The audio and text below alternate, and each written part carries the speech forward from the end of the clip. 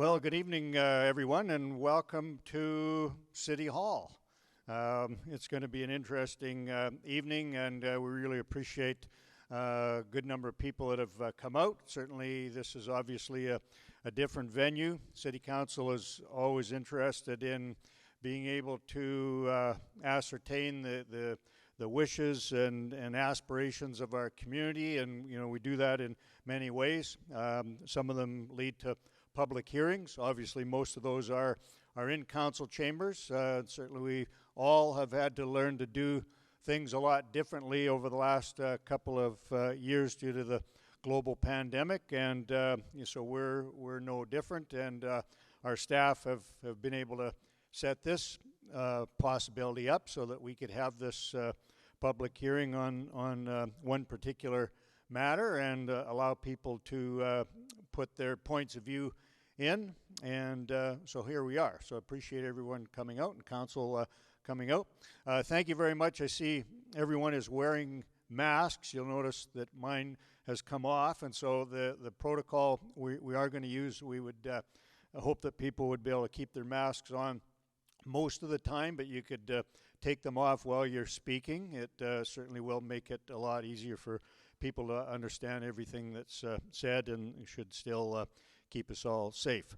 So without further ado, I'll ask our illustrious city clerk for the first item of business, please. Thank you, Your Worship. The first item is roll call, and I have taken the roll, and all members of council are present with the exception of Councillor Barry Cullen, Councillor Jan Chaboyer, and Councillor Chris Desjardins, who I believe are watching from home to avoid some potential health issues. So with that, I will also announce that notice was given of this meeting to council, including those members present on Wednesday, that we would be holding a special council meeting to have a public hearing regarding the potential conversion of Aberdeen Avenue to a one-way street, and to consider first reading of bylaw number 7326. And because we have complied with the requirements of the Municipal Act and we do have quorum, we can proceed with the meeting. Thank you very much, Madam Clerk. And so, just for the record, this really is the same as a full-fledged City Council meeting, as though this were held in City Council chambers. So we'll be conducting ourselves in that same fashion, and we're going to enjoy hearing the presentations this evening. So with those few words, on to the first item of business, Madam Clerk. The first item is a public hearing to receive representation both for and against a proposed conversion of a portion of Aberdeen Avenue from Durham Drive to 34th Street as a one-way street. And if you'd like, Your Worship, I'll just give a few housekeeping rules with respect to the public hearing. Yes, please do. Thank you. So the meeting, once His Worship has opened the public hearing, administration is going to provide a brief overview of what the situation is that we're here to discuss. I will also be giving you a summary of written representation that we have received, and then His Worship will be opening the floor to presentations from our audience tonight. So we'll ask you to line up at the microphone in the middle here and try and keep distance if you can. I would also ask that you clearly state your name and address so we can have it in the record, and you will have a maximum of 10 minutes to make your, 5 minutes under public hearings, to make your presentation to council. At that time, council may have some questions for you. So we'd ask you just to remain at the microphone for a few minutes. They may not. The purpose of the public hearing is just to receive representation. There isn't any debate this evening. They won't be making a decision on the future of Aberdeen Avenue, but they would like to receive your input.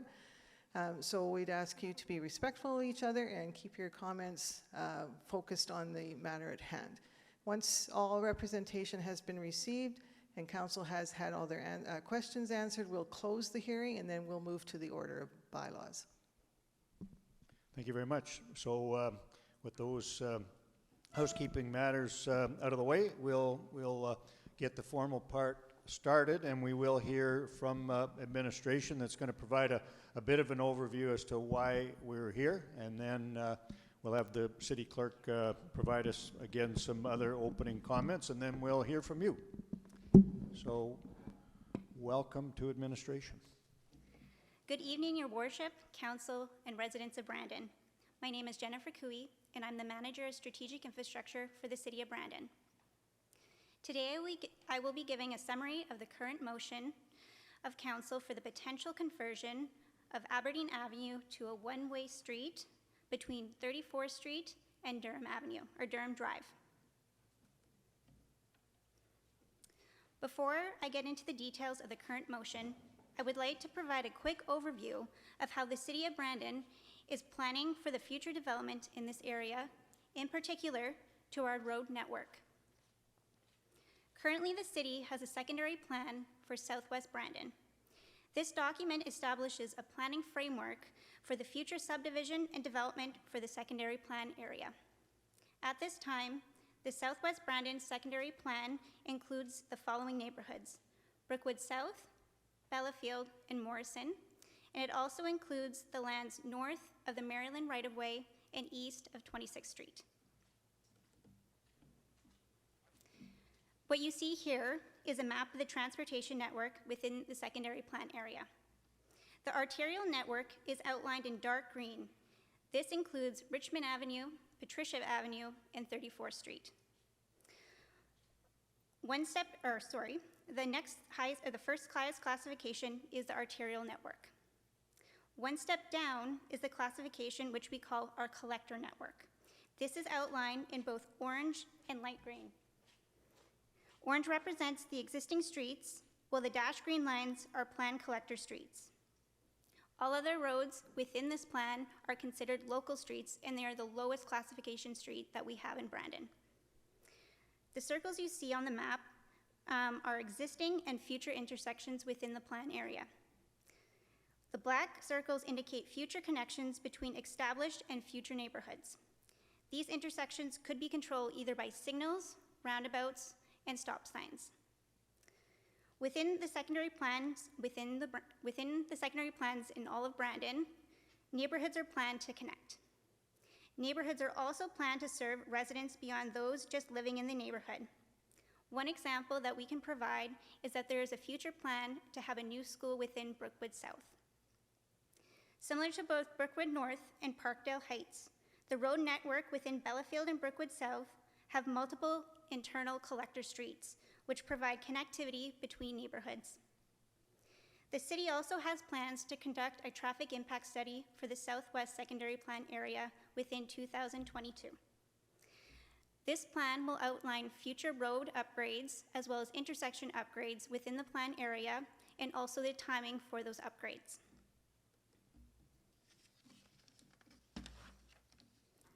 So why are we here today?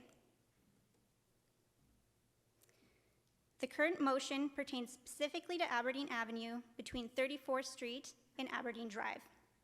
The street consists of a 22-meter right-of-way and a 7.2-meter roadway. It is stop-controlled both at 34th Street and Durham Drive. There is also an eastbound right turn lane. Aberdeen Avenue is a collector street. It provides ingress and egress to Parkdale Heights from the arterial road network of 34th Street. Collector streets are designed to provide both access to residential properties along with connectivity to other collector streets and arterial roads. Collector streets by definition, have two main functions. Both functions are of equal importance: land access and traffic movement. In comparison, arterial streets' primary function is road movement, with its secondary function of road access. This is opposite for local streets. Typically, collector streets provide neighborhood-wide connections, and they may connect to all arterial streets, other collector streets, as well as local streets.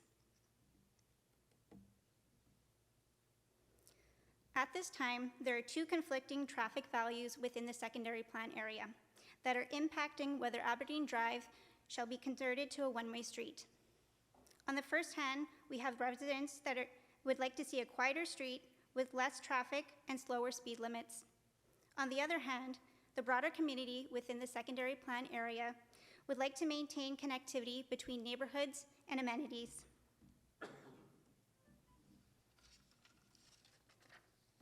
So what is the current proposal? At this time, it is being proposed that Aberdeen Avenue between Durham Drive and 34th Street be made into a one-way street for traffic heading west onto 34th Street only, and no entry into Aberdeen Avenue from 34th Street will be allowed. So what you're seeing on the slide here is what we are proposing. Only traffic traveling in the westbound direction will be allowed on Aberdeen Drive. So where did the proposal of converting Aberdeen Avenue to a one-way come about? Last year, residents expressing concerns of increased and unnecessary traffic on Durham Drive was brought forward at the Linden Lanes Ward meeting on October 12, 2021. Residents also voiced that increased traffic was due to both construction and non-construction vehicles using Durham and Aberdeen as a shortcut to destinations, rather than a street for which residents to use access to their homes. As a solution to the concerns of increased and unnecessary traffic on Durham Drive, the conversion of Aberdeen to a one-way street was proposed. On December 6, 2021, the proposal was put forward as a motion of council. At this time, is there any questions? Thank you very much that was a very good overview. So the questions at this point will be on the part of council. This is an opportunity for council to hear from everyone, including our administration. Now, we've certainly gone over through some of this before, and we will have other opportunities when we do go to deal with this matter to ask administration questions. But if council does have any questions right now, we'd be glad to have them if Jennifer can entertain questions for you. Councillor Cameron, go ahead. And I think we only have kind of one mic per table. I'll talk loud. Thank you, Worship. Perfect. Sorry to interrupt. Can you actually speak into the microphone? Oh, for sure. I'll borrow the microphone then. For sure. Sorry about that. Oh, no worries. There you go. Thank you, Your Worship. Through you to Ms. Cooey. Appreciate the presentation there. I was wondering if you could just give us a little bit more clarification. You'd mentioned the concept of road function or road access, like with regards to Aberdeen, how it fits in that network, and ultimately what both of those mean.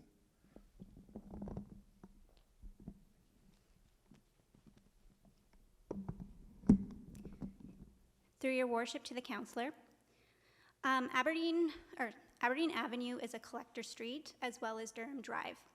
In regards to collector streets, when it falls within the classification of the road networks in Brandon, it is midway. So the highest is your arterials, it then is collectors, and at the lowest is local. In regards to collector streets, they have two functions, which you had said it's both road movement and land access. So when we look at those two functions within the city, and it's not just this neighborhood, it's within all neighborhoods in Brandon that have collector streets, the primary function, there is no primary and secondary function as of a collector. They are both equally of important. Thank you for that. Any other questions, Councillor Barry? No, Councillor Barry Cullen, sorry. I'm not sure. There we go. We got it on. When you did your studies and you took a look at this whole structure, obviously it's kind of like, okay, if we're making one street a one-way street, you're actually pushing traffic to another area within that like the internal movement. Do you know kind of what impact and where that, since how they can't exit or can't enter back through there, where can they enter back in? Let's say if they went to Sobeys or we're picking up groceries, those kind of things. It's going to push traffic to another area. Have you studied that? Through your worship to the councillor, at this time we have not studied those traffic movements if Aberdeen were to be made into a one-way limiting eastbound traffic. In the past, we have had studies within the area. However, that always assumed that Aberdeen would be two-way traffic. Depending on the outcome of this motion, we would be including what type of road Aberdeen Avenue will be in the upcoming traffic impact study. Thank you for that. And again, we'll See if any other councillors have any questions of Ms. Cooey. And Councillor Berry. Yes, thank you, Your Worship. Ms. Cooey, I'm just curious as to, while you're doing this study, one thing that's kind of come to light that I was kind of looking at, and I've had some comments from residents, is when you look at the development in that southwest area in the Parkdale where Brookwood and Belfield are being developed, and then you look at places like the Willowdale area and Brookwood itself. In both those areas that are developed, Brookwood, of course, is still under development, and Willowdale, which has been around for quite a while, both those resident areas have one way in and one way out on two areas. That's it.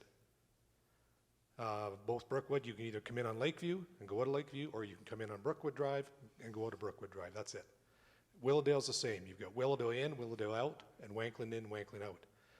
When you come to Durham Drive, you've got 5 outlets off that one street in that development. So why the difference in the same area of the city is the difference in planning as far as ingress, egress for the areas, when you've got 2 in some big areas that are under either new development or have been around for a while, and then you've got an area like Durham Parkdale area that's been around for 25 plus years, but you've got 5 different outlets on that, which in my mind is causing some of the reasons why there's so much traffic come through. There's, for the lack of better terms, there's too many options as opposed to what there is in other areas in that city, or in our area in Lynn Lane's ward. Through your worship to the councillor, throughout the history of Brandon, we have had different levels of standards when it comes to developments. And so right now, we do allow for, I believe, is it 2 accesses in and out of our neighborhoods at this time. So when you do look at Brookwood as an example, yes, you have 2 accesses, but potentially once Brookwood South goes in, there will be another 2 connections to the neighborhood to the south. So they will eventually have 4 accesses into the development. Thank you. And Councillor Fawcett, go ahead.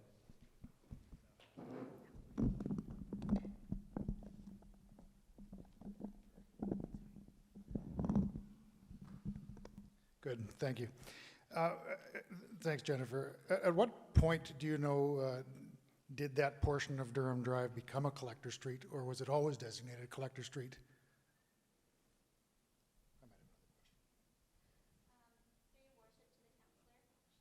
I don't have that answer right now.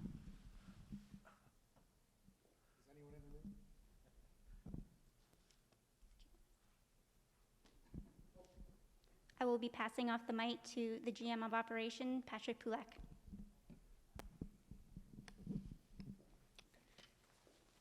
So I only know this answer because I was once the GM of Development Services. That area, that road, was designed always to be a collector. If you go back to, we've had many iterations of traffic studies done on the whole of Brandon. And after Durham was constructed and when it was developed, it was always considered to be a collector.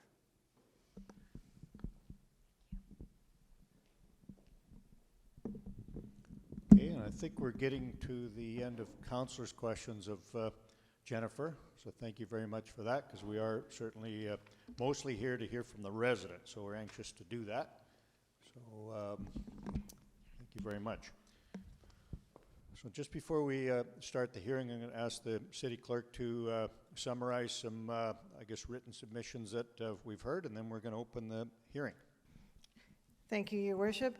I would note that residents or any citizen of Brandon was given the opportunity to submit a written submission in the circumstances that they couldn't be here tonight to make their comments known in person. We received 13 written submissions. 5 of them, did not provide an address, just their name. 3 of them were residents of the Parkdale subdivision. 4 of them were residents of the Brookdale subdivision. And we had one submission from the Brandon School Division's transportation supervisor. All of the submissions were opposed to the conversion. There was a variety of reasons given. A lot of them referred to the diversion of traffic then to Richmond Avenue and the potential dangers with the crosswalk to school children crossing towards Linden Lane schools. There was some suggestions given regarding speed bumps, possible 3-way stop on Durham Drive at Marquis Crescent, A lot of comments regarding the extension of Maryland Avenue to 34th Street, which they are assuming will be inevitable and will relieve some of that traffic pressure. The school division did make note that they do have 3 morning routes and 3 afternoon routes in that area that would be adversely affected by the change of Aberdeen to one-way. Thank you very much. I think that covers the opening comments, if you will, and information that's provided. And so we're going to invite people to the microphone here shortly. As the city clerk indicated, there's generally a maximum of 5 minutes per person. Ask everyone, we're all friends and neighbors, but this is democracy in action, so council does want to hear all the points of view, but just be respectful of one another and one another's point of view. When a speaker is finished speaking, council can ask them questions, and we all know this. We're not going to be debating a presenter. We may just ask questions to gain more information, and certainly won't be debating each other. Time for that will come a little bit later when this is reconvened at a regular city council meeting. So we will open up the microphone to anybody that wants to speak in favor of or in opposition of the proposal. And this first speaker already kind of knows the rules and has been at this before, generally on the other side of the table at one point, but welcome Mr. Smith. And we're asking people to state their name and address just for the record as well, so welcome. Thank you very much, Your Worship and City Council, Madam Clerk and City staff. My name is Scott Smith. I do appreciate everybody coming out tonight. I know this is a special council meeting and a lot of extra time for council and certainly staff. Everybody appreciates your time and the ability to come out and make public presentations. I guess it's from the residents that I've been with and along Aberdeen Avenue, down Durham Drive all the way to 26th Street, and also inclusion of Marquis Drive as well. It goes into Bellafield. So it's that entire area that has run into a problem. This is a 4th public meeting that we've come out, all the folks in that area to speak to this issue. And certainly, I'll give it just a quick Reader's Digest chronology of the rationale or the reasons why we've come up with the point of both the speed reduction on the area and the possibility of a one-way going out west from Durham Drive to Aberdeen. Over the last, 6-7 years, I'll try to shorten it. Bellafield, which is called now, was at that time Downey Lands or Rice Developments, and there was a number of properties out there that Jacobson ended up taking over and now owns the entire area and is now called Bella. It also extends in the secondary plan down Marquis Drive with the new secondary plan where the new Francophone school will be going in, I believe, as early as this summer, up into Brookwood as well. So in 2014 or so, the development really started. The Bellafield came out, and at that time there was a secondary plan put out, passed by council. Around 2015-16, we saw a really heavy development going on, which everybody is in favor of. I think everybody agrees. I think we can all say that the growth in the city has been fantastic. We've hit over the 50,000 mark that we're all quite happy about. But one thing that we did run into was knowing that Bellafield was growing greatly, and then we knew that Brookwood was growing greatly, with only one ingress and one egress. The traffic started to pick up probably 2017, 2018, and most people that lived all the way down the area that I described had thought that the original plan where Maryland Avenue would complete all the way to 34th Street, so no one was too concerned about it. Traffic was getting heavier, but most people thought, well, once Maryland is finished off, that'll be great. About 2018, people started to realize that there was a change in secondary plans, that council had made the decision not to finish off Maryland Avenue, and that the new secondary plan that was just put out about 6 months ago identified not to finish off Maryland. So people got concerned. They said, the traffic with one ingress egress into Bella Field, it's anybody that's leaving there and going anywhere west or anywhere north really has no option but to come down Marquess Drive onto Durham, down Durham onto Aberdeen Avenue, and then exit onto a road that is a higher speed to get where they're going, type of thing. In the area, and it was described by one of the staff that made the presentation, that collector streets are for local areas. Of course, everyone knows that. In every area that we go to, you see the collector street take traffic out onto arterials, and then usually on certainly on the English system that we plan on, go on to vertical streets, both north, south, and east and west. Our area, I guess, would be Richmond Avenue, and then come along, and it would normally be Marquess or Maryland Avenue, and then it would go down to Patricia. If you went further north, of course, it'd be other streets every half mile that usually quarter sections go out onto. But what we found is with the elimination of Maryland Avenue, you can't blame people for taking a shortcut. It's the fastest route to services going to the Brandon Shoppers Mall and Crocus Plains School and many areas for people out of Brookwood. And normally if you had a half-mile road, they'd go down Maryland Avenue. But it's been apparent that when we made presentations about 6 months ago to area and planning, that the new secondary plan is showing that there will not be a completion of Maryland Avenue. And in fact, there was a drainage pool set up in that area that we thought, well, we better take action now and try to see why we can't have that finished off. So we got to the point where we realized that it didn't look like it was going to be an option to finish off Maryland. Their traffic has gotten extremely heavy. If you look down Richmond Avenue, of course, there's no ingress, egress to yards. It's not single-family homes. It's all back properties. There's nobody pulling onto the street. The same thing can be said for 34th Street, and same thing for 26th Street, same thing for Maryland.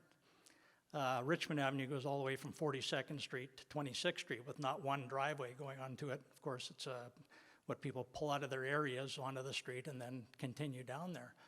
34th Street the same. Maryland Avenue right from 34th Street all the way to 18th Street has no single family properties with any driveways pulling out onto it. So we found that for the lack of a better term, and I don't blame folks for taking a shortcut from either one of those areas, but they have no other options when Brookwood is going to the Shoppers Mall and services and restaurants and grocery shopping down to 18th Street. They just naturally come out of their only ingress-egress going east and continue down a residential area. So it becomes an extension instead of going from individual areas onto arterial streets and then proceeding. It's going from one development through another development down to where they're going. And that's not really the way a good community is designed. It's getting and dumping of traffic from Bella Field coming through one way, going on their merry way out to anything north or west. Brookwood is coming, taking a shortcut, basically going through Aberdeen, down Durham Drive onto 26th Street, and then down Maryland Avenue. And that's where all the services are within the whole area. If it had been finished off, I believe Maryland Avenue, we wouldn't be having this problem, but we looked for solutions, and our city council worked with us. It's the volume of traffic. The speeding, of course, comes with volume of traffic. So we looked at reduction of speeding. We came to council. Council did agree to give a 1-year term and assess after a year to see if that can get people to go on to arterials, which are normally 50 kilometers or more to get where they're going just as fast, or reduce the speed and look at some other options. I know yourself, your worship, you asked would people in the area be okay to speed bumps and closing the street in and different things like that. A lot of city staff wasn't in favor of that because of snow removal and many other things. When you reduce the side of roadways and streets, everyone doesn't want the balusters in front of their homes and things like that. Stop signs, a lot of people had said, well, put the stop sign somewhere else because the loud engine when you start and stop, I don't want it in front of my house. So we did look at a one-way. It would certainly reduce traffic by at least 50%, get people onto arterial roads to get them where they're going from all other areas. And with the people that get out in the morning, basically, we thought, well, if it's one way out, people are in a rush in the morning, getting children to school and so forth, going to work. There's 5 other ways to get back into Parkdale area. So it's not a problem of returning or getting home, but in the morning, people might be rushed. We believe that it would, if not be perfect, certainly help all the residents and people for safety throughout the entire area, because the volume of traffic has just gotten to the point where it's very dangerous. So we are looking at that option. I know we put the speed limit on for a period of 1 year to be reviewed. We feel that at the very least, certainly Aberdeen, we can do the same. If it does impact people in a negative way after that period of 1 year, and it's substantial problems with it, then certainly let's look at other options. But we believe that it will direct traffic in a different direction by changing people's driving habits and not going down a residential area with too much traffic. So appreciate your time. Thank you very much. I give you a few extra minutes.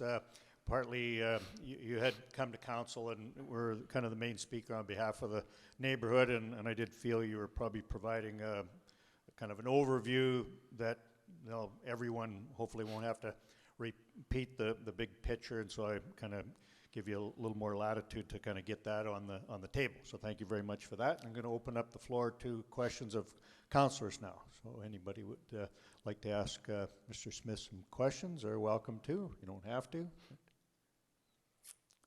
I don't think I guess they had their crack at you when you came to council. So thank you very much, Scott. Yeah, thank you very much for your time, and everybody does appreciate coming out. On your last council meeting, see that Zero Vision was introduced by staff in the city. Certainly, that's something I think the city can be proud of in considering new developments with Vision Zero, which for development considerations. Good, thanks for noticing. Very good, so we'll welcome up the next speaker. Good evening, everybody.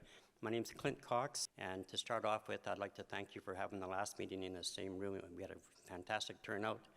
A lot of views were mentioned, but I want to get to a few things before I use up my time.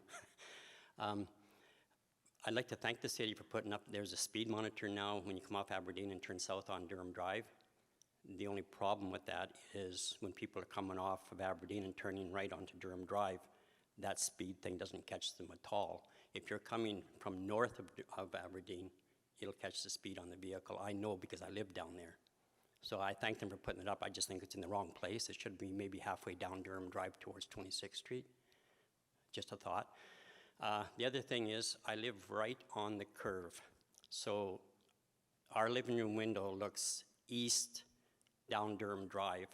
Like we don't look into a house, we look right down the street. So we see a lot of traffic. Luckily I'm retired, so I'm home quite a bit there.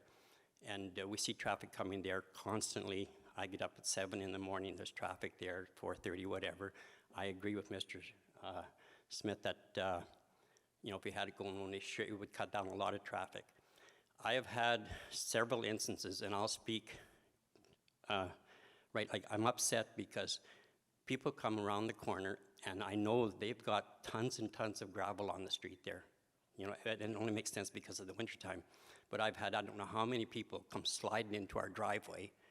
And I've got to the point now where instead of helping them dig out their vehicles, I've left a shovel in the front of our yard. Anybody can go by there, they'll see a snow shovel. That's the purpose for it, because I'm tired of helping them. We've got grandchildren, and I know there's a lot of little kids in that area because there's a fantastic park down the street. And our kids, I shouldn't say our kids, our grandchildren go there constantly. We have them a lot, and we're up and down there quite a bit. And with the amount of traffic, it just isn't advisable. I said the last time, someone's going to get killed in that street.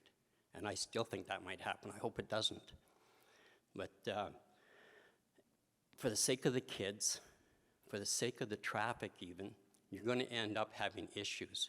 Now, last time we had this meeting, we had the chief of police here. And we thanked him because the cops have done a pretty good job down there. I see the police go down there quite frequently. So I thank them for that. I appreciate that. But we still have the issue, like for instance, this morning, I saw 2 vehicles coming south on Durham to go east, and one of them did almost a 360, even though there was gravel there. The other one did half a turn, and then he had to back up and straighten out again before he would have hit the snowbank on the north side of the street. This is what's happening in our neighborhood. So I'm begging you, please, change this to a one-way so we can get rid of some traffic so we won't have these issues. It's going to save someone's life, I think. Okay, I'd gladly take questions. very good. Thank you very much, Mr. Cox. We'll open up the floor for questions again, and audience doesn't have to feel offended if they don't get a question. I think, council's mostly here to listen, and although I am going to spot you a question, Okay. Clint. I know it's kind of early time. I think we've got the speed is only recently changed, has it not? Well, that speed's another issue. Right now, because it's winter time, streets are a little bit rough, even with our sanding and stuff. But 40, people go 45, maybe a little faster. Maybe perhaps look at 30. If people have to go 30 through our area, then they're going to think, well, if I'm only going to be able to go 30 down this street, I'm going to be doing 35 or maybe even 40. But I mean, they can hit a main arterial, 34th, Richmond, Parkdale, 26th Street. They have all those other options. Like, it's not that we're cutting everybody off. We don't want that. What we want is a safe community. And if you'll notice, I don't know how many of you people live in that area, but if you go to that park, even on a winter day, they have a beautiful hill there. It's full of kids. And in the summertime, it's even more busy. I know because I take my grandchildren there all the time. I know it's busy. So, yeah, I'm concerned. Yeah, so I was just kind of curious, probably pretty early, and as you say, with winter conditions, people are hopefully going a little slower in the first place, but it's probably too early to determine whether the speed reductions had much impact. Like you say, well, if it's posted at 40, then maybe we're going to do 45, but I think the issue presented to us before, it was 50, but people were going 60, and now we're starting to get kind of dangerous. So if you've noticed, given your vantage point, Clint, looking sort of straight down the Right at you. Pardon? Yeah, Right at you. Right down the street, you can kind of see what's coming right at you, and let's face it, we know professionally you've had some time on the road, so you have a pretty good idea compared to some people. Have you felt that there's been any calming down of the speeds? To be totally honest with you, no. I don't think it has changed much. But my main concern is the amount of traffic coming through there, especially for the little kids. I know I've told my own grandchildren, when they go out to the end of the street, I tell them, you make sure you check both ways. And they're only 7 and 9. Well, the 7-year-old, you almost have to hold her by the hand. Yeah. So, Thanks anyways, for that. thank you for the time. Any other questions? Want to make sure. Thank you very much, Clint. And next up, come on ahead. Hello. Thank you for the opportunity to come out and speak on this. I didn't actually know anything about this until fairly recently. My name's Dion Wiseman. I'm on one of the local streets that's only accessible from Durham. There's several streets that are only accessible from either Durham or Parkdale, which are the kind of 2 main arterial streets in our neighborhood.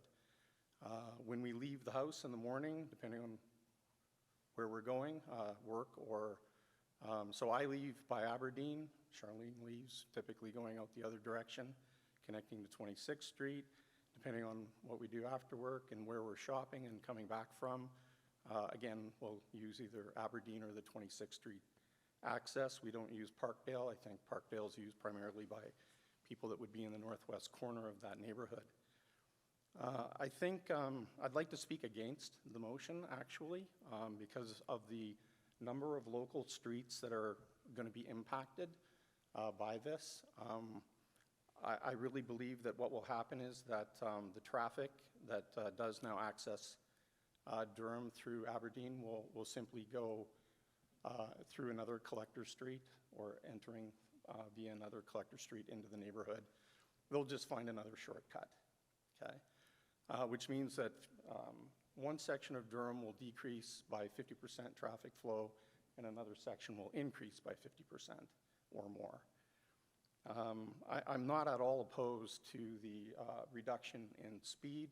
I think that's has been a good decision. I do know that corner, people enter too quickly.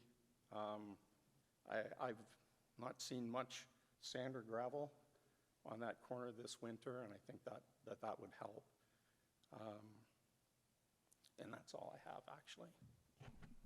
Thank you very much, Mr. Wiseman. And so, like all the other speakers, invite councillors to ask questions if they have any. Welcome to do so. And I guess you're off the hook. Thank you very much for coming out. And welcome. Thank you. Good evening, everyone. My name is Joyce Hudson. I'm here to voice my opposition to the proposed conversion of Aberdeen from Durham Drive to 34th Street to a one-way street. We would definitely be negatively impacted by this decision since we use Aberdeen Avenue multiple times a week, not only to go to other places, but also to come back home from trips north of the traffic circle at 34th and Richmond. Considering the amount of traffic we see coming into the neighborhood off of Aberdeen, and my living room window looks right out at that intersection, there are many people that turn left off of Aberdeen, and many of our neighbors do on Harrington Place, Prairie Crescent, and the north part of Durham. Also, they also use Aberdeen as a means to come back to their homes during the day.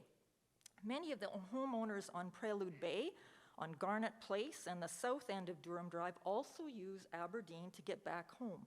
If you change Aberdeen to a one-way street, these homeowners will be funneled down the north end of Durham Drive off Parkdale, causing more traffic for everyone living on Durham Drive. We suggest you wait and see if the reduced speed limit on Durham has had any effect on dissuading people using Durham as a through street to 26th Street before you take this drastic step. Although we sympathize with people along the South Durham Drive, we feel making Aberdeen a one-way street will inconvenience many more people than it will help.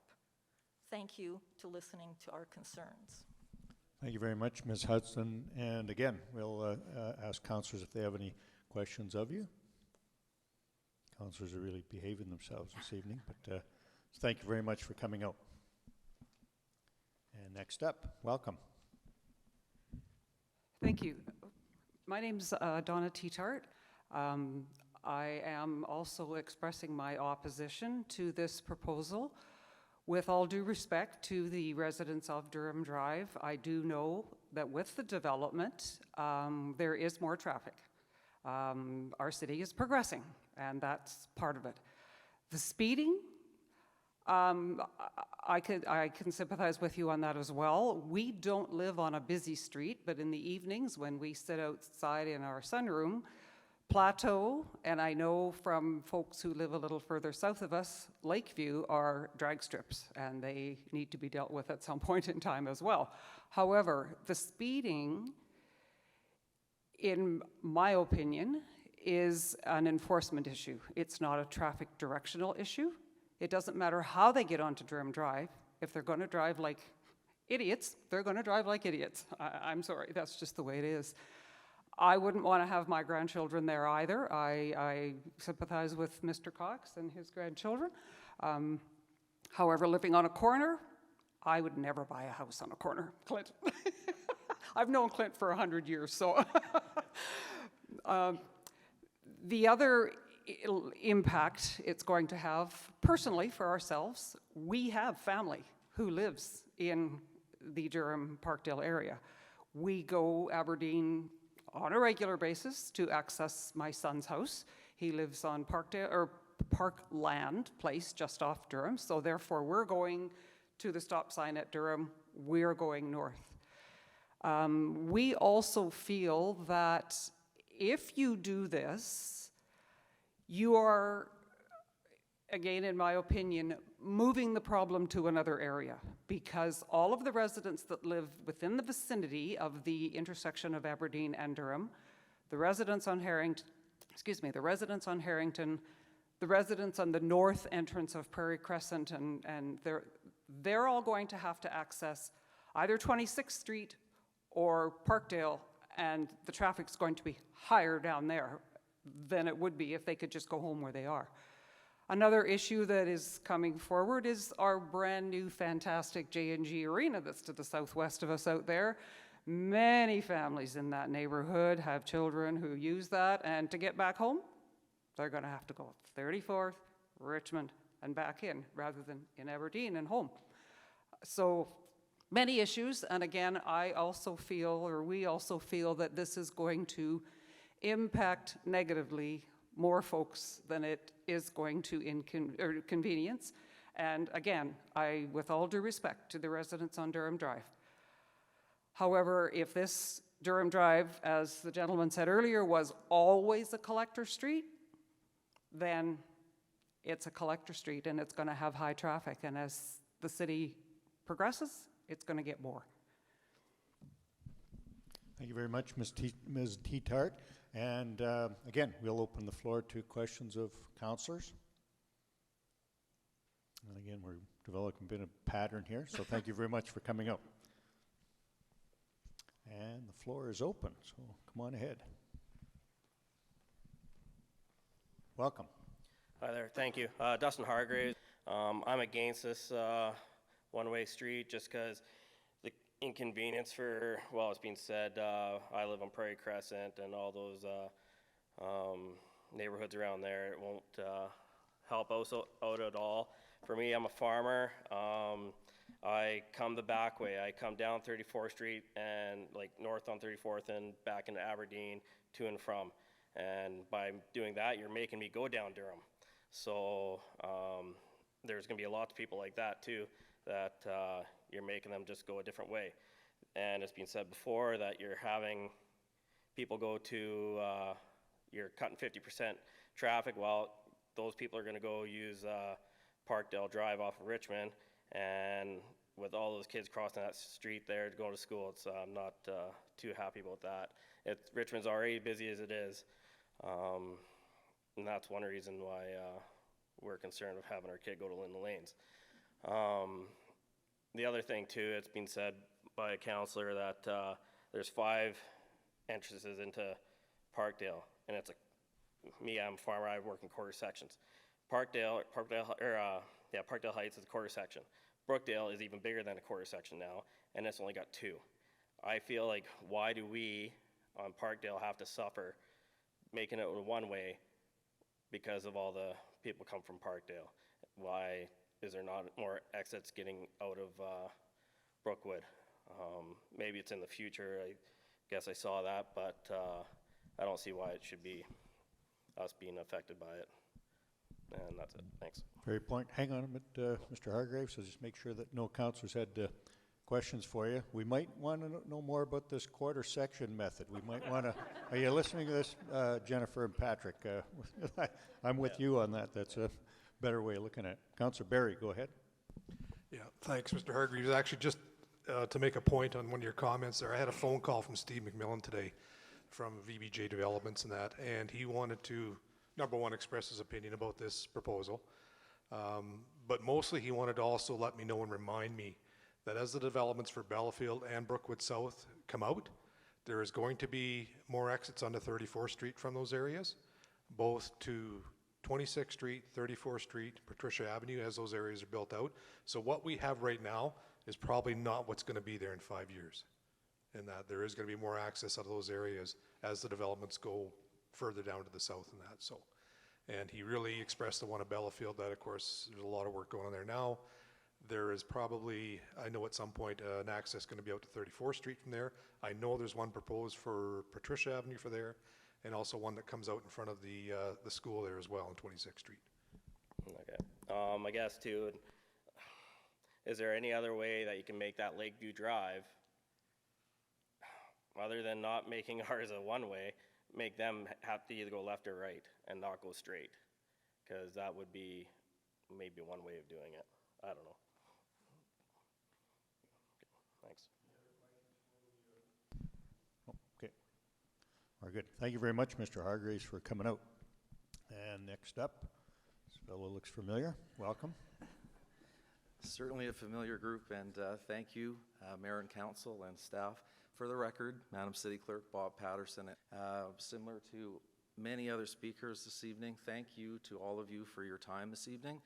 I know this is your job. You signed up for it. You're elected, but this is an extra meeting. It's an evening meeting, and it's an addition to your schedule, and I appreciate your time. This is how we do get to solutions when people attend, and I know many people here, wonderful people. I respect their views. They may disagree with me, and that's fine. That's how we get to good conclusions. I will be brief. I think a lot of excellent points have been made. As you may suspect, I'm of the view that we should try something. If I use a hockey analogy, my former coach in Bantam AA, not that long ago, Councillor Barry, the adage, you miss 100% of the shots you never take.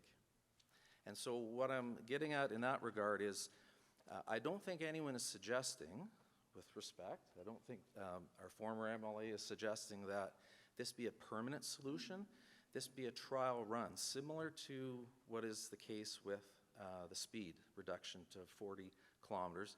See how it works. It'll be studied through development services and traffic staff. Sam and Patrick and others will certainly look at the data. Patrick's nodding, he might not. But certainly, Sam, that's in your wheelhouse. But it's something that can be reviewed. And with the greatest respect, I suggest that this is an option to look at as well. And a couple of points. Firstly, when I hear convenience and I hear safety. Convenience, safety. With the greatest of respect, folks, I'm going to side for safety, not convenience. And we choose to live in Brandon because it's a small community. We can get anywhere we want in basically 10 minutes. It's just like a big town. If I have to drive another block or two to get somewhere, I will do it. It's not a huge inconvenience. It is an inconvenience, but if it's because of addressing a larger issue, a safety issue, then I think it's worth considering. And so that's one point I'd like to make, that safety, I would suggest, should be of equal, if not more importance than convenience. And that's why this is being put out as a point to consider. Secondly, Mrs. Hudson, I heard talk about how it would be very inconvenient for her because of their use of the street. And I can understand that completely from where you live. But see, you live in the area. And so you use that street in and out Aberdeen. I think what we're seeing is a greater use of Durham Drive from people who don't live in the immediate Parkdale area, whether it's from Bellafield, whether it's from Brookwood. And that's fine. We're all citizens of Brandon, but there's traffic from other areas using the street and substantially increasing the flow of traffic on Durham. It's not just speed. With the greatest respect, folks, it's not just the speed of traffic, it's the volume of traffic. And it's not just residential traffic. It's construction traffic. And I'm not talking about a good contractor like Mr. Dodds, who's one of our neighbors. He wouldn't be one doing this. But just to give you an example, last spring there was an attempt through coordination, I believe, of development services and the police to put up signs at Aberdeen saying local traffic only. And I think that the consensus was in the neighborhood that actually worked a bit for a while. Until, as I was told, and whether it's accurate, because it's probably hearsay 10 times over, a particular contractor just decided that doesn't apply to me, and we're coming back through this way. And that's become a problem. There's a lot of construction traffic, and maybe that will abate in time as construction moves south. We certainly, Mr. McMillan's mentioned that there will be more connection out to 34th Street and many more accesses as development proceeds south. And that's wonderful. It's just not going to be immediate. One of the points I've been mentioning in our discussions, and maybe I'm the lone proponent in this regard, but Maryland Avenue was mentioned by a number of people opposed, but they don't understand that that's not an option right now. And that's not saying the city won't consider it, but as I understand the amendment to the development plan, it's simply a case of if that land adjacent is developed, well then certainly that'll be considered because there's a need to actually acquire more land.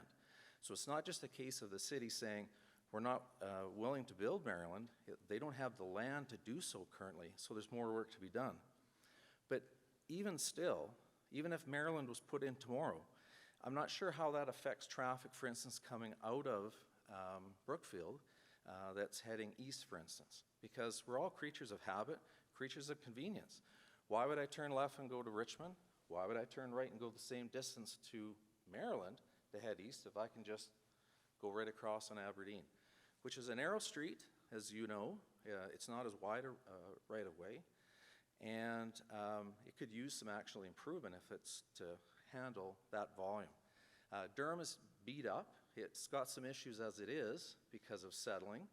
It's got its own inherent speed bumps. But the fact of the matter is it's not just speed, it's volume. We're all here trying to get to a solution, and we're talking about things in a respectful way, and that's what I appreciate.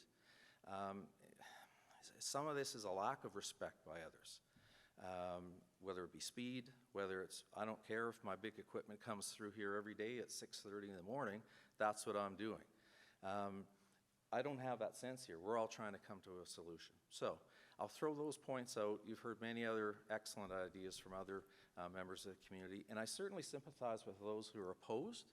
I can see their points, but you have to be in our shoes. This was never like this until the last few years. It's one thing to expect gradual increase with development, not a material change overnight from construction and other traffic. Maybe it gets better in time, but right now it's an issue. I would like council just to look at whatever available options there are. And I thank you for your time. I went a little longer than I wanted, but thank you.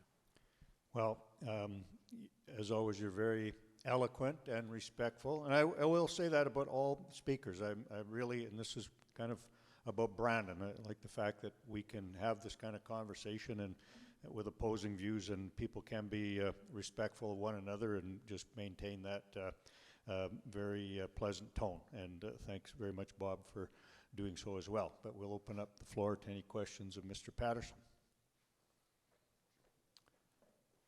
Councillor Fawcett. They left this here for a reason. Just, you've got it for a reason, don't you? Is it? Oh, there we go. And to the speaker, actually, I do want to thank you for always being as respectful as you are, even when we don't agree on things.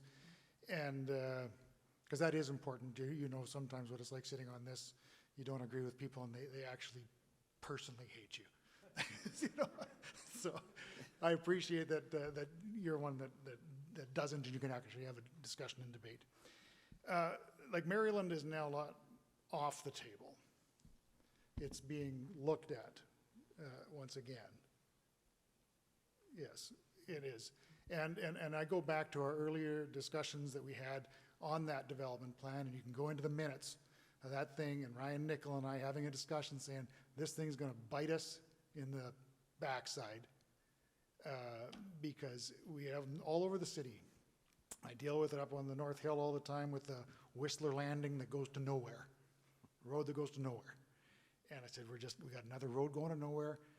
What council's going to be dealing with that? Because that's just got headache written all over it. We should have just dealt with it at the time. Now, that being said, there was residents opposed to it at the time. Now, I don't know if you know any of them, but, you know, personally, I think that one does help. And I think that you do get paved roads, and you get Patricia paved, and you get 34th Street paved. And if you're leaving town, why would you go through a Durham if you can get out of town quicker on main thorough roads and that? If we were eventually looking at Maryland again, would the residents on Durham Drive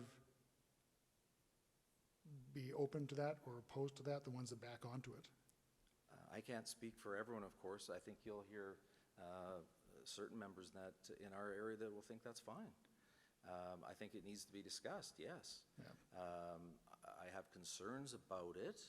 I'll admit I don't want it to be another speedway, much like Ms. Teetart mentions with whether it be Richmond. whether it be other streets, because when Maryland was improved significantly from 26th to 18th, my word, I think if you were in the drag racing community, that was a perfect place to get your car tuned up for the summer, because at night you could tell the younger folks with their cars were using that as a raceway, and I know the police only have so much time and resources, so it's a possibility, but I know, of course, there's a lot of arrangements that would have to be looked at there, yes. But I'm still not convinced, and with the greatest respect, I hear your point, but if I'm someone that's on Lakeview, why would I turn and go a block to the south and then turn onto Maryland? It's, if I can It's all on destination. If I can just, for convenience sake, just trottle across Aberdeen, make my way down Durham, I get out to 18th Street, essentially the same. Yeah, and we'll continue to look at traffic on those things, and I do appreciate that. We'll continue to have those discussions, but There's no perfect solution here, and No, it is an issue. there just has to be the best efforts made, and I appreciate that. And the one thing that also I take that you mentioned there too, and that we can definitely look at trying to enforce more thoroughly, is the construction traffic. Having been in sort of the construction world for 30 years, you know, everybody gets tired of construction. Worse on a street that is completely developed. Like I recall, as Durham Drive, where you currently live now, developed, people were getting tired of the construction, but there were new homes were getting built. Like it's a developed street and has construction traffic. That does get annoying.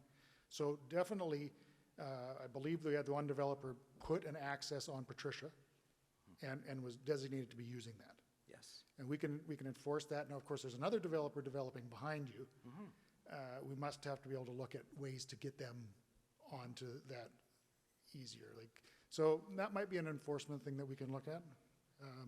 Definitely. The speed limit issue, it's great to have the lower speed limit. It is arguably an enforcement issue, though, still. Yeah. Because I would say it's been partially successful, but you still see high speeds. The turnouts and that kind of thing at the corner, it isn't just because of ice. I'm no engineer, but I suspect it's higher speed. But yes, those are things to look at. And of the construction traffic, have you noticed it decrease since we've had our original discussions at all, or? Well, this is more winter is off This is season. more your off season. To a degree. There's what no I'm- off season for some of them. Oh, they're very busy, and I don't begrudge the people making a living. Don't get me wrong. They're entitled to make a living. They work hard. They're adding value to our community. It's just an issue of respect, an issue of if there's other means you can get to that site, maybe it takes you an extra minute, but it avoids you going down a residential street constantly, then I would suggest in the grand scheme of things, that's something you should consider, especially when there are truck routes. But there's the one little bobcat that Clint knows quite well and can describe it. Every morning for months, at what, 7 in the morning? And it's still doing it. It's got the big spikes. Like I don't know why it comes down that road every day. I've seen it working at a site where it can get there from a totally different route. I think that operator just thinks, I'm going this way, and until someone stops me, I'm going to keep doing it. Well, that's a little thing that, again, with information, maybe we can enforce that. Unless they're actually clearing your street, which would be the only one in Brandon that's regularly cleared. But that's a different issue. Well, with all the snowfall, you've done wonders as it is, so thank you. And Councillor Cameron, go ahead.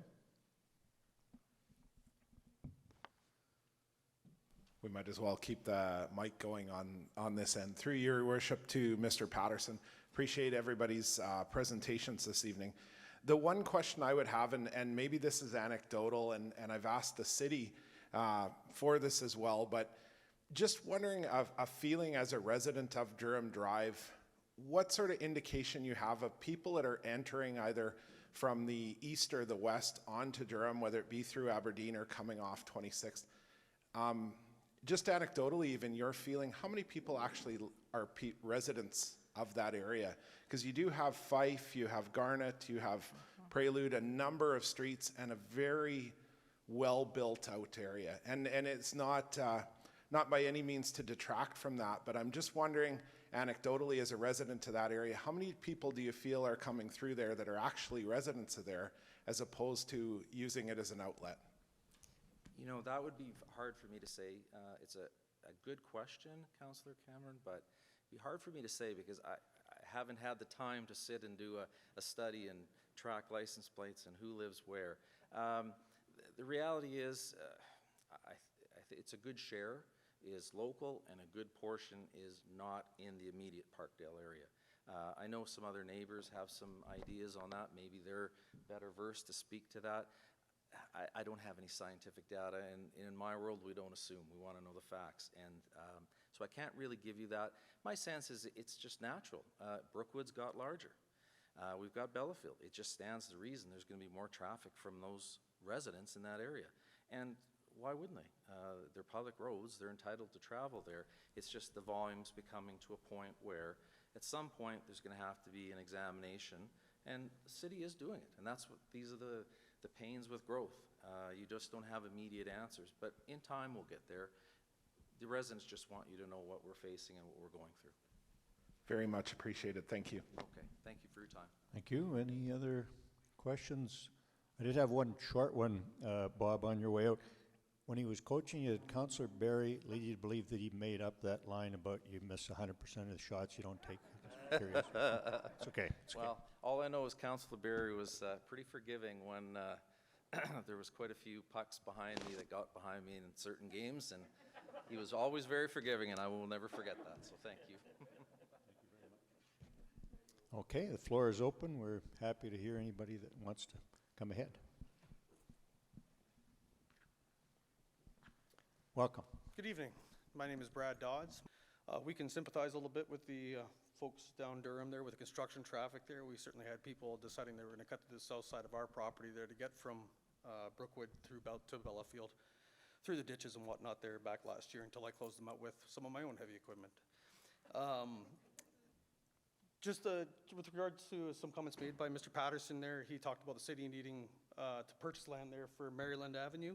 I don't believe that's actually an issue. I could be mistaken, but I know that our property borders the north side of Maryland Avenue, where it would cut through right at 34th Street, and as far as I understand, that's not ours. So we would have no objection to seeing Maryland Avenue carry through there. You'd certainly never see us hear us speaking against that, should that be something considered down the road. I do have some questions as to, and perhaps this isn't the environment, but why the original bylaw 7080, which included Maryland Avenue to continue through, why that was deferred and Maryland canceled at a point. It seems kind of peculiar to me, just on account of the fact that every other kind of arterial network, so throughout the city of Brandon, does have east-west access routes, usually about 500-meter intervals, and on a north-south axis, probably about every 500 to 800 meters as well. Right now, that's not the case anywhere down 34th Street. So I'm not sure if I'm permitted to ask questions like that at this point there. I'm sure it was not normally, but we like to be easy to get along with. I'm not sure if I can, I don't know, maybe Councillor Barry is better to answer that. A lot of these are very dynamic processes. Absolutely. We're presented information by our administration and neighbors. I think a number of people were not too in favor of that, and so on and so forth. We're kind of changing neighborhoods. So I don't know if you want to take a crack at it, Sean. Yeah, thanks. Thank you, Mr. Dodds. Just a couple points, and Patrick, I'm probably going to get you to jump in here a couple times and get your expertise in this, being from the engineering department for many, many years. But first of all, the road, Maryland Avenue, 26th Street to 34th, the city does not own enough land to put that road right through. Okay. That is a fact. Okay. We need to acquire some more land. We don't have the right-of-way proper width in order to put the road through. That's why currently, if you were saying, can we do that tomorrow? No, we can't. Does it mean we can never do it? No, it does not. Right. It just means that it's going to be down the road a bit. We need to acquire some more land, and then that can get done. And that's to acquire land to meet the width requirements for exactly. a collector. Fair enough. No, yeah, that's it's for the right-of-way, and that's correct, Patrick, I think. So on your second point, I was on council when the Southwest Secondary Plan came into realization for the first time. This is going back to 2013 or so. Mm-hmm. Administration had originally proposed the road to go right through from 26th Street to 34th Street on Maryland. At the time, and I think you heard it early in the meeting, when that road was proposed, there was some objection by residents in that area about having that road built behind their residence. At that time, Bellafield wasn't even an idea. Mm-hmm. And there was residents that lived to the north of that were very against that road going through because of the fact of, as you heard tonight, the speedway, the noise, right. The traffic. They didn't want it. they got their way. That road got taken out, and council approved that. So that's why it is not in the secondary plan at this point. Doesn't mean it can't go back in at some point, but currently, right now, it is not in there. Fair enough. And that, but I've had a lot of questions about this over the last couple of weeks since we announced this meeting. People wondering why we aren't putting that street through. And I've tried to explain to them, we don't have the land. And some people, I don't think, believe us. Right. But that is a fact. No, for sure, and I And understand that's the so- justification there entirely. Yeah. I appreciate you taking the time to answer the question there, because it's nothing we've really been No, kind no, of, yeah. been privy to as for information there. So. But Patrick, I don't know if there's anything you wanted to add on to that from what I explained there with the secondary plan and that, because. Yeah, the answer is very satisfactory there. Yeah, Appreciate thanks that. for asking that and answering that. Again, we don't completely follow the rules. We're here to listen to all of you, but, you know, we're also here to provide feedback, and I think that was a very germane question. We're kind of sitting, you know, why don't we have that? So I think it was good to have that brought out, so. No, fair enough. Carry on if you. Yeah, there's really not much else. Again, I'll admit I'm a guilty party of having traveled down Durham Drive there to access certain areas of east of 34th Street there myself. I know that it's normally not a route I would take, especially if I had an alternate route on Maryland Avenue, just due to proximity there, where I'm going to take the straight as short as jag by all stretches there, and I don't like windy curves any more than I have to. So it seems to me that, yes, there are different alternatives on the table there, but certainly rerouting traffic whatsoever out of that area would seem to solve all that, to defer traffic entering from Bellafield or from Brookwood. As much as Durham would have been designed as a collector street initially, I'm not sure that it was ever designed to be a collector street for two major developments on its western and southern borders either. So that would basically summarize my comments. And not that we're completely keeping score, so do you have a feeling one way or the other whether this should be made one way or left alone? You don't have to provide that answer, just want to Yeah. make sure we So- understood you though. No, to be honest there, I mean, I think that's really more a decision of the people that are impacted directly by that. I mean, again, for myself, I don't use it a regular enough a route to really have an opinion one way or the other. Certainly it's going to be the residents of that area. But I do share the concerns that everybody else has brought up about safety. Again, we do have a son that also plays over in that area. Someday maybe there'll be grandkids as well over at the Parkdale Park. And certainly the increased traffic down that area, and we're noticing just down 34th Street now in general. Between the hockey rink, alternative landscaping, the heavy machinery and everything else operating there, as well as just increased vehicular traffic altogether. The only upside right now is that the state that Patricia Avenue is in keeps that at a fair minimum, so.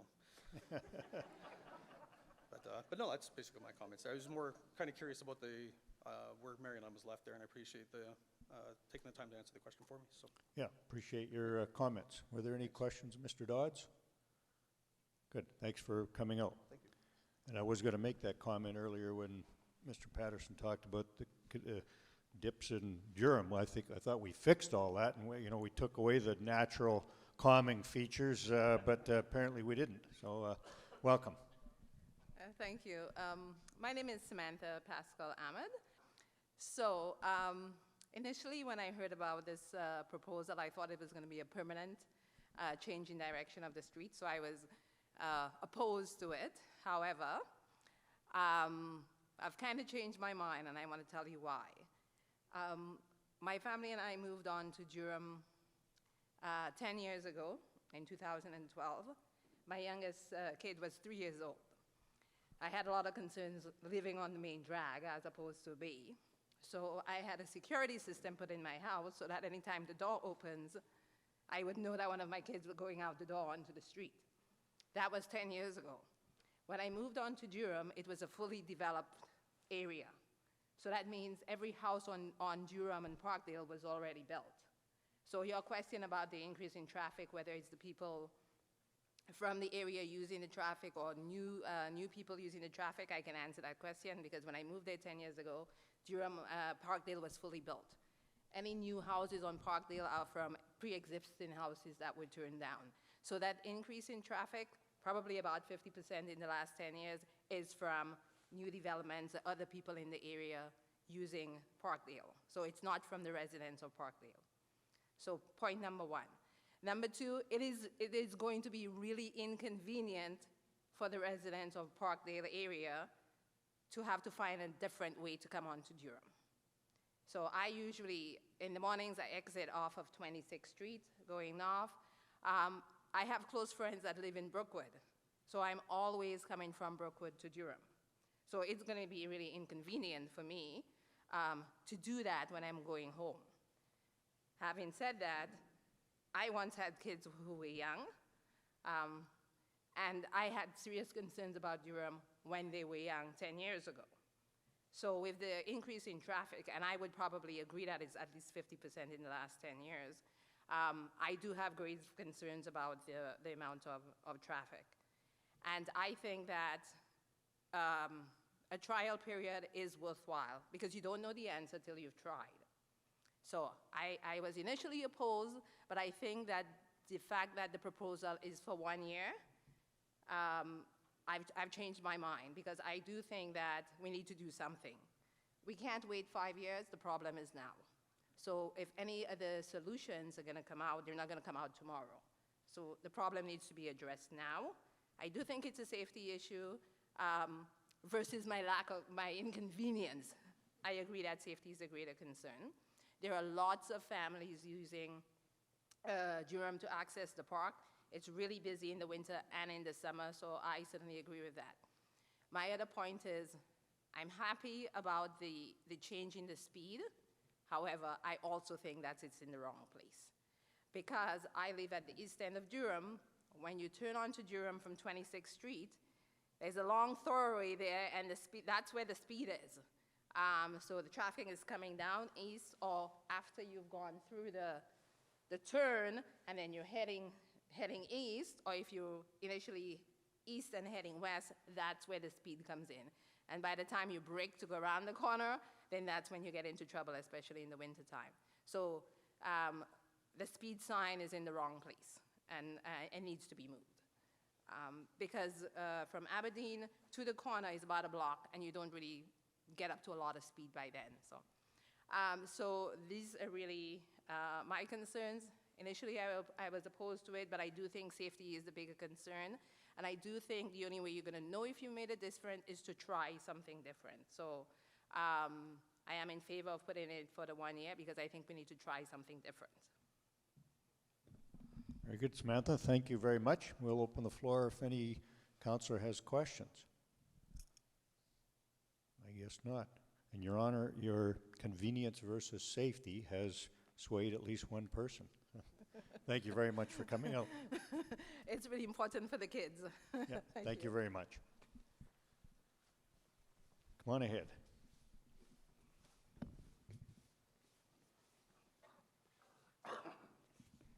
Welcome. Hi, my name's Norm Duke, and I can relate totally to what these people are saying about traffic. And a safety issue, yes, definitely, big time. And at the same time, I commend you people for coming up with the idea of a one-way street. That's the cheapest solution. It's not like it's tax effective. It makes sense. And I gotta point out that the people that would be inconvenienced aren't just people that are passing through there, it's also the residents that live there. That also means that they have to change, they have to alternate their approach to their properties and their exits. I think it's a great idea, and I support these people totally. And I don't live in their neighborhood, I live in a worse one. And that's from 1st Street to 13th Street on Aberdeen Avenue. I heard one fellow there mention that the drag strip used to be Maryland. Well, he should come around, about 10 o'clock on a weekend, or maybe when Crocus Plains gets out of school. This is a terrible situation. And there is children, like Clint mentioned. I've got grandchildren too. And I've taken them to that park that he mentioned. And if he's right on that curve, I totally agree with him. Hey, slow the speed down. I mean, that's right. People got killed and will be killed. God, I seen a car in the house. What's that tell you? It definitely needs looking at. And I'd appreciate it. I've been in 30 years where I live right now at 760 Aberdeen Avenue, and there's been changes. They opened up Aberdeen Avenue to accommodate Brocky Donovan so they didn't have to come in off 18th Street. They could exit onto Aberdeen and be out of traffic with the funeral procession. What'd you call it? Since then, hey, the traffic's increased. It's just increased. They put a speed bump there. Hey, they put up pylons there to protect the pedestrians. They've done everything. I understand you can't put a policeman down there every 2 hours or when it's convenient for somebody to phone. I understand that. The solutions are just what you guys are putting forward tonight in your neighborhoods. And you should be proud of yourself because it takes something to stand up. And those are practical solutions. And yes, it'll inconvenience a lot of people, but half of them will be residents that live there. And if they're willing to sacrifice a little bit, I don't know why the general public can't. And that's regardless of who it is. Another thing I'd like to mention, I wouldn't even have been here tonight if I'd have realized it was from 26th to 34th Street.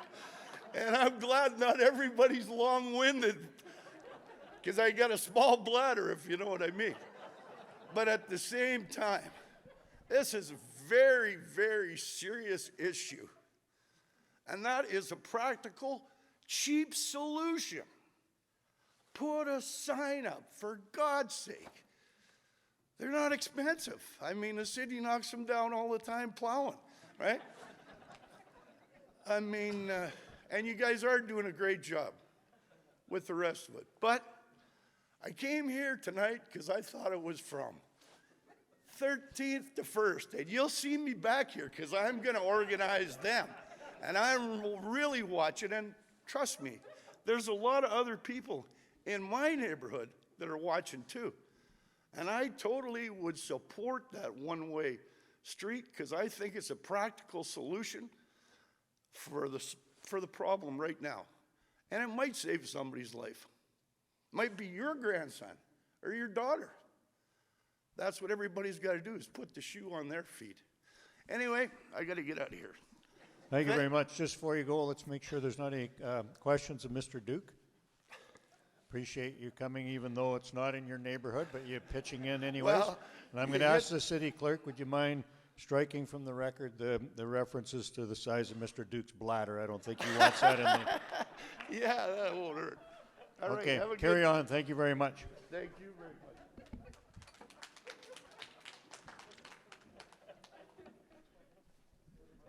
The floor is open, and you don't have to be as entertaining, but we do enjoy it, so come on ahead. That's a tough one to follow up. So I live on the drag strip. It's a good drag strip. I think the one concern that I just want to bring up is if we don't allow people to take an east turn off 34th, you're speeding up 34th as well. You brought up some really good concerns regarding safety. I totally agree with that. I'm not trying to say that that's not more important or less important. I just think that seeing 12 Lakeview Drive, I see kids walking back and forth all day long, and I appreciate the crosswalk that's been put in there. I think that's great. It's just, if people aren't allowed to take that turn going east, then that just is a straight shot to JG. That's a straight shot to it just goes straight through. Again, it's not, how can I say, one of the main pressing issues, but it's just something I think that should be taken into consideration because there are some safety issues that are going the other way, right, if we take that away. I will also speak on, I appreciate the answering the question regarding Maryland, because again, being relatively new to Brandon, that was a good explanation on it. I also look at things in quarter sections and it just seems to make so much sense. Living in Brookwood, I can safely tell you that I would much rather take a straight drive through than opposed to weaving through on Durham. So it just would sometimes feels that if we could have some outlets or some of these, it's nice to see the map on the screen. It's just what's happening is as the communities grow, we just don't have those outlets early enough. Even for Brookwood, if we had a third outlet there, like the construction traffic is actually, I'll say pretty respectful driving down Lakeview because I see it go back and forth. But I sometimes think they will take a path of least resistance where they don't have to drive around parked cars. They don't have to drive around that with a cement truck. Like, I think they will do some of that, but it just seems like if we could have some of those outlets, and again, I'm just new to the party here a little bit, so I'm just learning as I go, but it would be nice to see some of those outlet streets built a little earlier. And again, that doesn't solve today's immediate problem, but I just wanted to bring up that safety concern that I could see coming up there. And again, just it was good to know what was happening for Maryland. So thank you for your time. Well, thanks for coming out. Any questions of Travis? Good. Thanks for your points of view. Appreciate it. And the floor is open.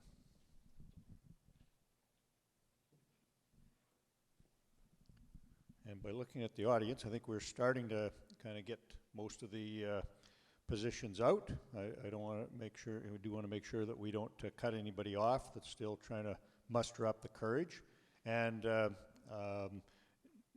I've done this for quite a while, and most of the councillors have, and just so if you're sitting there keeping score, that's kind of not the way it works. And there was a bunch of letters that came in, and it's just not like, yep, so it's 14-9 against, and whatever the case is. That's not really, we just kind of collate all the information provided by administration, all of the points of view that have been put together, and then we'll sit and we'll debate this issue before too long. We'll get a report back from our administration about any points that we've missed, and then it'll be debated by council, and we'll try and render the best decision that takes into account all the points that have been made by everyone. So it's not just kind of whoever could come out with the most number of speakers wins. It's certainly not the way it works, and I'm pretty sure that's not the way any of you would want us to work. You're wanting us to cobble up as much information as we can and do the best we can. So, okay, I'm going to call one last time. If there's anybody else that would like to make a presentation, we're happy to hear it. And if not, I'll repeat again, on behalf of council, I'm sure that all of us would say that we greatly appreciate not only all the information and people coming out on a rather cold night, but also the way in which everyone has handled themselves and presented themselves in the respectful way that they've treated one another. I think that's really what makes Brannan go around in the first place, and happy that all of you, really exemplify that characteristic of our great community. So thank you very much.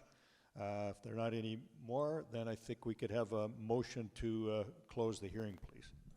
Oh, I'm sorry. Go ahead, sir.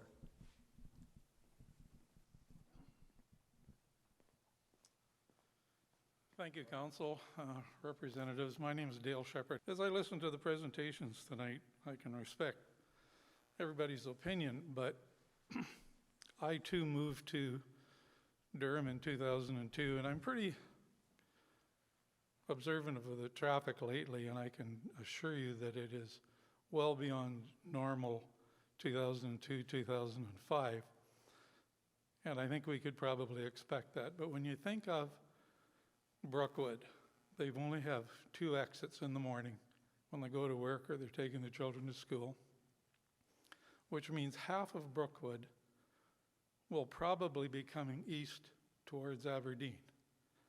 If 1/2 of that population that's coming out goes to Richmond and the other half comes through Durham, you can see that we're accepting about 25% of the population traveling out of Brookwood. We'll see that probably going back in the afternoon when they're returning home. So Durham Drive, I think, is somehow accepting about 25% of the population in Brookwood. Just a quick calculation. I have no other comment. Very good. Any questions of Mr. Shepherd? Seeing none, thank you very much, Mr. Shepherd. Good to see you. And again, we want to make sure that we haven't cut anybody off before we close the hearing, so I'm just going to open it up one last time there in case anybody still had an inspiration. So I think we probably have it. So thanks again, and I will take a motion to conclude the hearing. Councillor Barry, seconded by Councillor Cameron.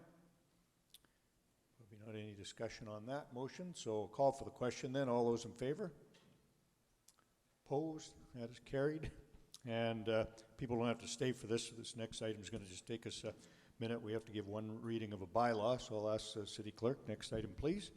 Thank you, Your Worship. Under the order of bylaws, we have bylaw number 7326, which is an amendment to the taxi bylaw to suspend the 10-year age restriction for taxi vehicles.